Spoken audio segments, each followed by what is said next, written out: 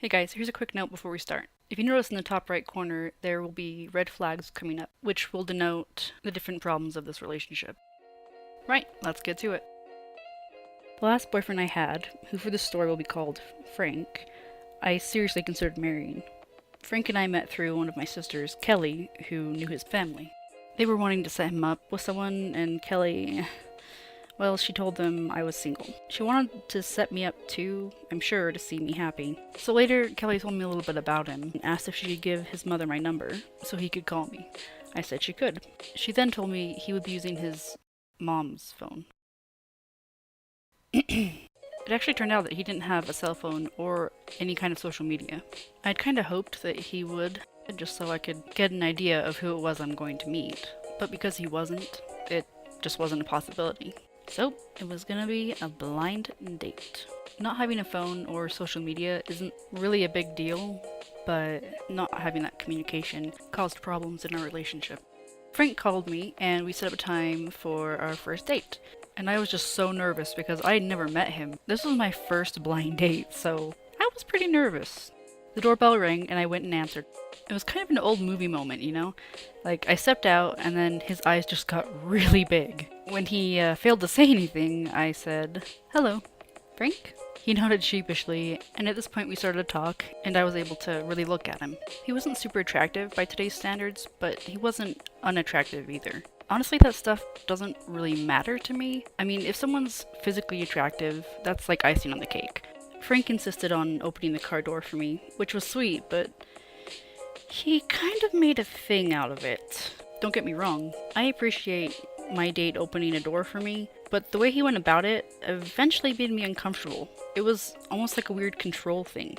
Once in the car, we headed out to a Mexican restaurant. It was a place I'd been to and actually quite enjoyed. We were quickly seated. We delved into conversations about things that we did and didn't like, the usual date conversation.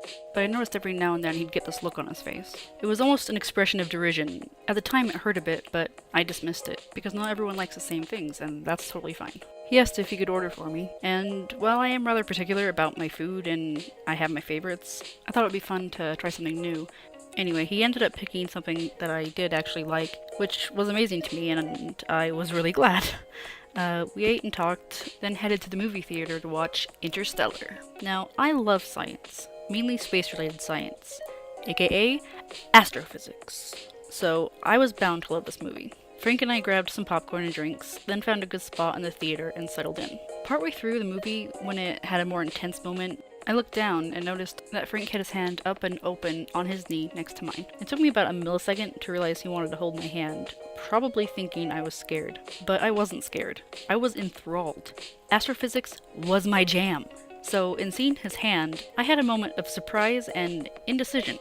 We hardly knew each other, and it was a bit forward for him to assume I'd hold his hand at such an early stage in our relationship. I mean, could it even be defined as a relationship at that time? And did I actually want to hold his hand? Before I could make a decision, he turned his hand back over. A small part of me was disappointed, but the bigger, more sensible part was relieved. After the movie, he took me back to my house and walked me to the door. He asked if he could call me the next day, and I said he could, so we said goodnight. The date overall was great, and I was over the moon happy, but later dates were not so great.